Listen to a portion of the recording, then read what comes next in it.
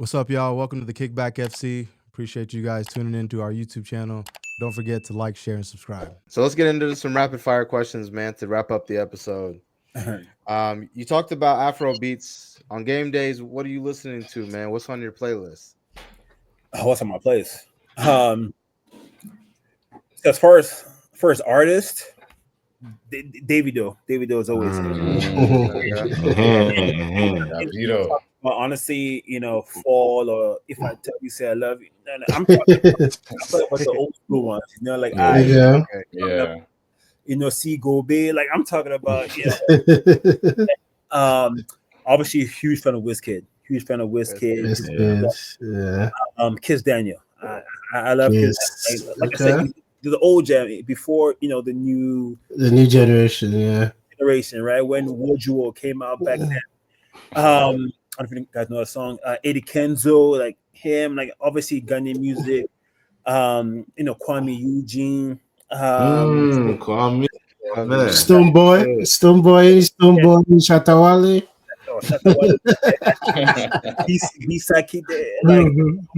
Like for me, I listen to all types of Afro beats, but the old school, the 2016, maybe 2017, and older, absolutely love.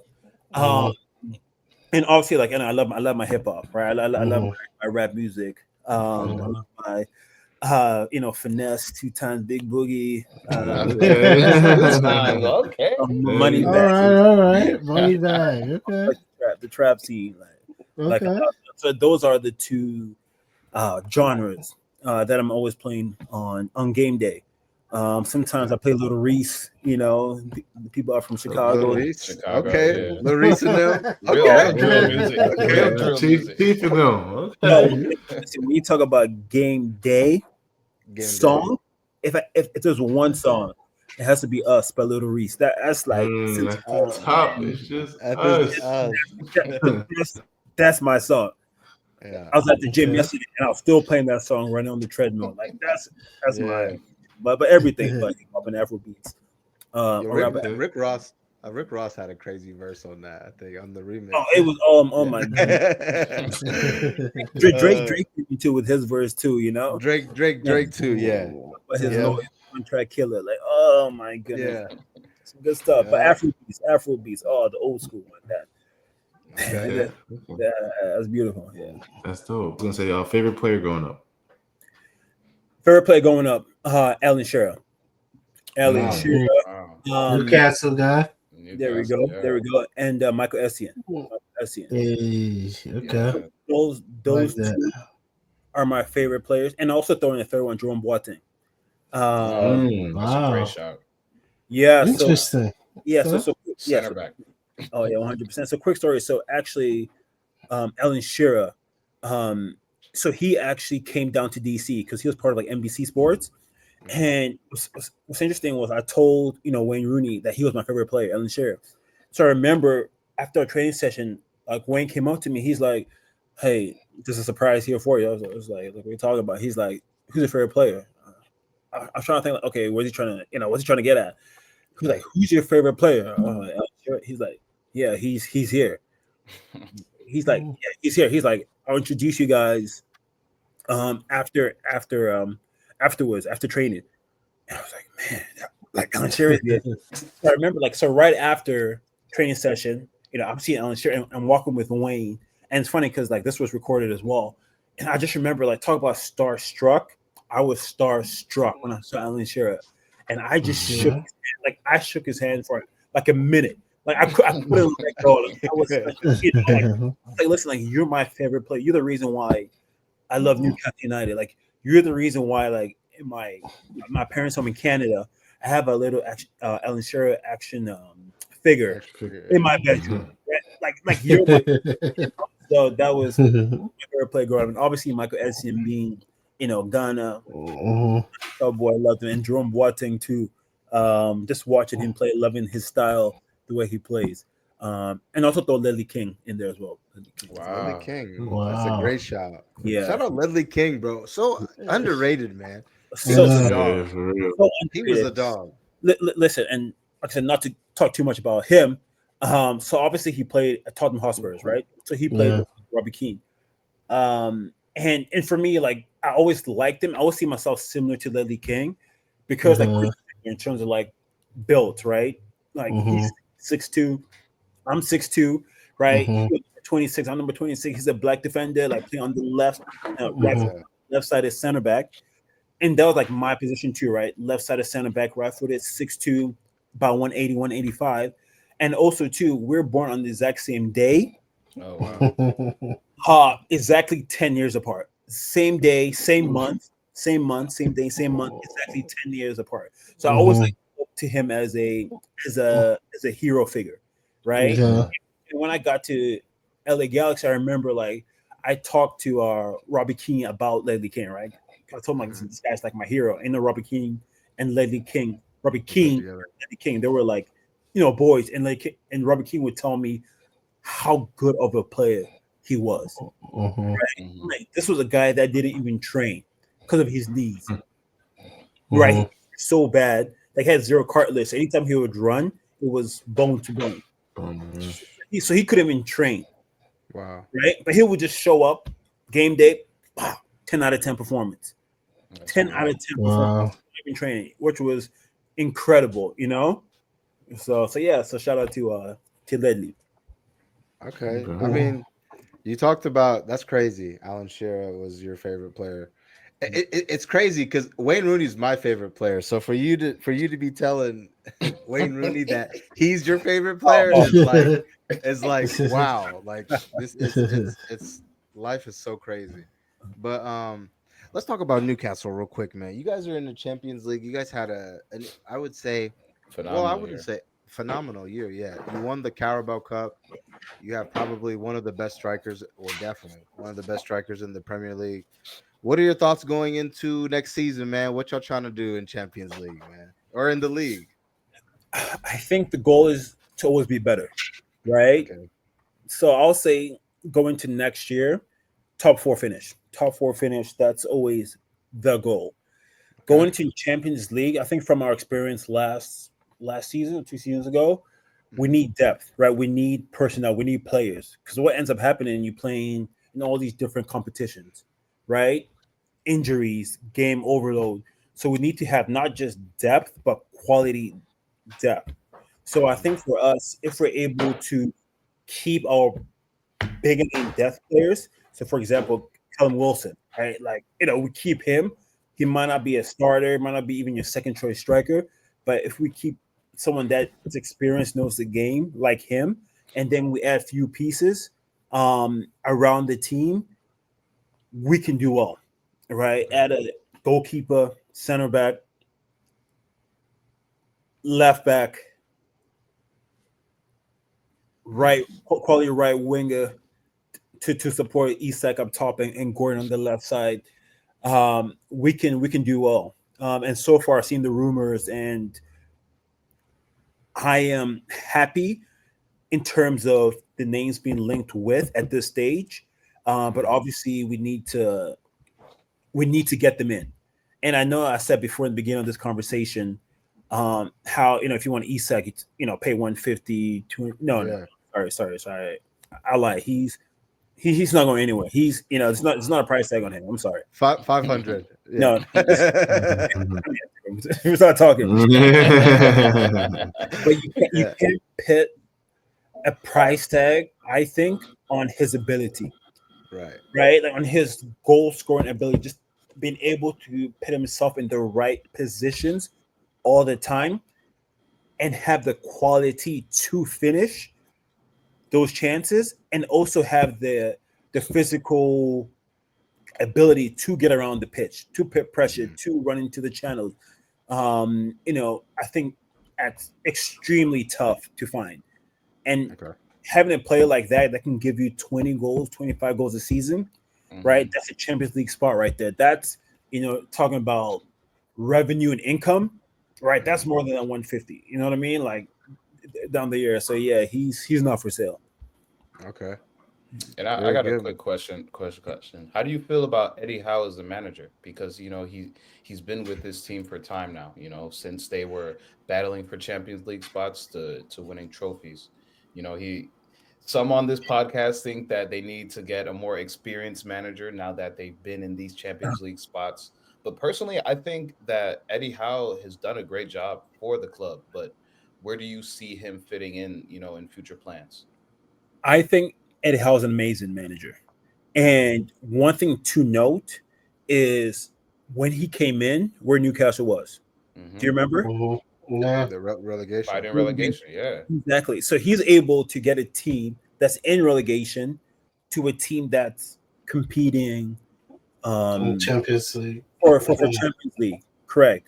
And keep in mind, it's not like he's been given a Chelsea under Abramovich or Man City or whoever. Right? He's been able to get the best out of the players he has had, right? Like we talk about like Fabian Shaw. Joe Ellington is a big one. 100%, right? He was brought in as a striker, right? Yeah. But now he's so good in that mid three, right? Yeah.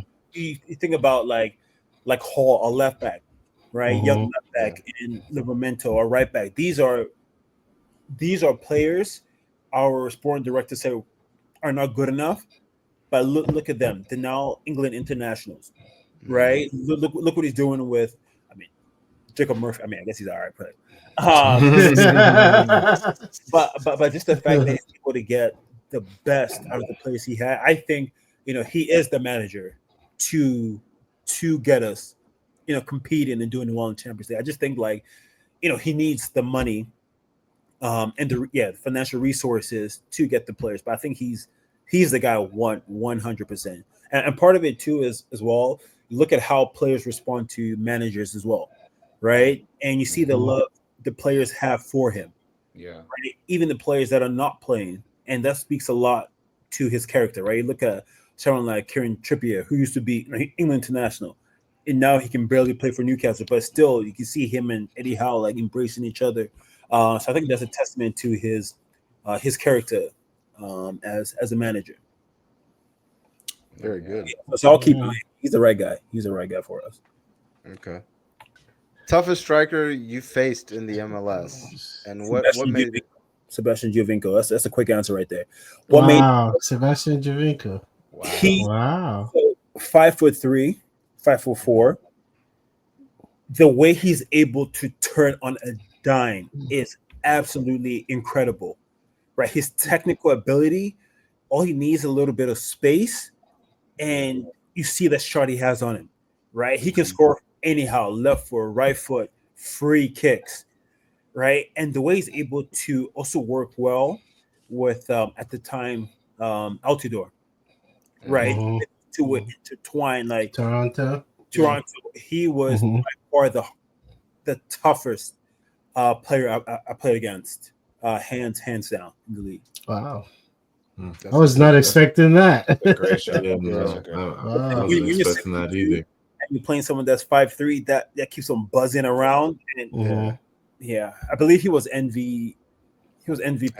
Yeah. He did win MLS MVP. Yeah. So I'll put him above, someone like even Joseph Martinez, right? Who played against a few. Like Giovinco was next level. His movement, activity, his ability to finish. So he's definitely up there. Oh, he's definitely there. Say less. One before we get to our last one, what's one non-football hobby people might be surprised to learn about you? You talk a lot about football today. What's one thing that the public might not know? Yeah, it's interesting. I did bring up in the past or earlier, I should say, that I love music. Like I love music, and I love African music, right? So one thing about me is, I love listening to different artists, right? Different African artists, not just mainstream, not just mainstream music, right? But all facets of music, different music from the continent. But also too, one thing that people might not know, I guess, about me is I double majored in university. So I studied Oh, science and I studied African and African American studies. So that whole medicine, that environment, I love being in that environment. My mom's a doctor. My younger brother's in medical school in Columbia, so medicine has always been around me. So that's something I enjoy being around. So yeah, so I guess that's, if you want to say that's someone interesting about me. I don't know. Yeah, so some music and that's very interesting. yeah, For sure. Yeah. and medicine or health. I'm a big, yeah. So at least I'm a big like health person, right? So how I eat, like how I like to work out to stay physically fit and mentally fit as well. So I'm a big fitness guy, music guy. Sounds good, bro. Last question, man. If you could build a five-a-side team of your favorite teammates, who makes the cut? Okay, five aside. Mhm. Am I playing or am I the You're coach? you're, you're the coach. I'm the coach. Okay, keeper would be Bill Hamid. Hey. Okay. This is players that I played with, right? Yeah. Center back, I'll put Omar Gonzalez. Hmm. Okay. Let's see. I have Lucho Costa. Hmm. Okay. Wow. Um, I have Robbie King. Okay. Wow.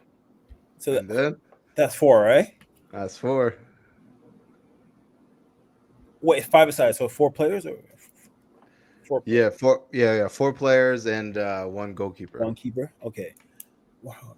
Okay. Who else would I put there?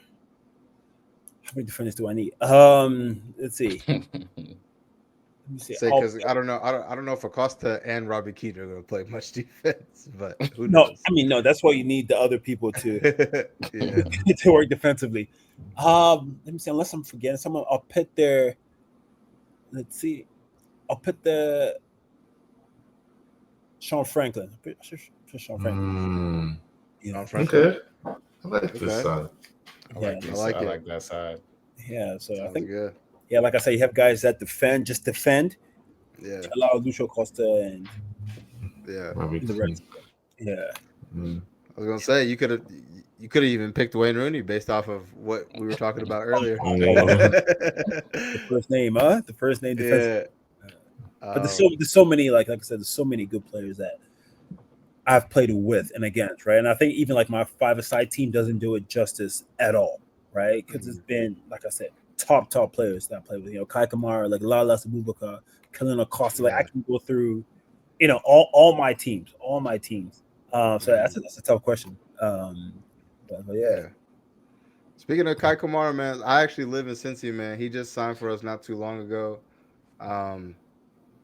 And I mean, he's second right now in the MLS all-time leading goal scorer. So hopefully, he can, get a few more so that we can have an African kind of take that throne. But no, that's great. I mean, yeah, like you said, you've been on a bunch of great teams. You've had a lot of exceptional teammates. So, man, just to kind of wrap up, man, I just wanted to say thank you again for giving us your time. I mean, you were generous enough to give us um, 2 hours out of your day, man. And I mean, honestly, like it was a very insightful conversation, man. Like like I said, we've all been following you in your career, and you, at least on the outside, or at least as a fan, just kind of watching the game.